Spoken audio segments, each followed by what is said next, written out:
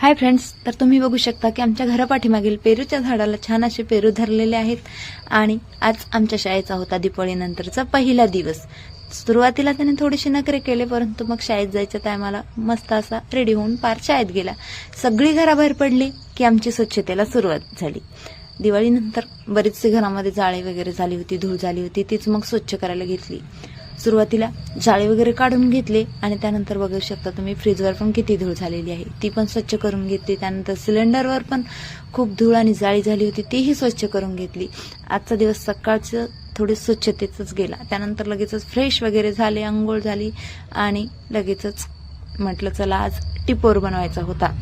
तुमच्याकडे टिपोर बनवतात की नाही हे कमेंटमध्ये नक्की सांगा। अशा प्रकारे आता मी या ठिकाणी टिपोर बनवून घेतलेले आहे, 2 बनवलेले आहेत आणि त्यानंतर लगेच आपल्याला याला उकडून घ्यायचं आहे। त्यामुळे मग पातेल्यात पाणी टाकलं आणि चिपकू नये म्हणून थोडंसं तेल टाकलं आणि उकडायला घेतले। छान असे उकडले। तोपर्यंत बघ पार्सल आलं होतं, अगोदरच रिसीव्ह झालं होतं आणि अशी पानशूची लुडबुड मध्ये सुरूच होती। त्यानंतर लगेच पार्सल ओपन केलं।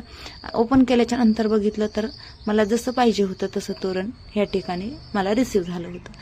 त्यानंतर लगेच देवघराला लावा म्हटलं, पण ते माझ्या एकटीने शक्य झालं नाही। त्यामुळे मग लगेच दिवे वगैरे लावले आणि देवपूजा झाल्याच्या नंतर टिपोरही देवाला दाखवला आणि त्यानंतर लगेच पार्थही शाळेतून घरी आला। सो असा होता आजचा दिवस।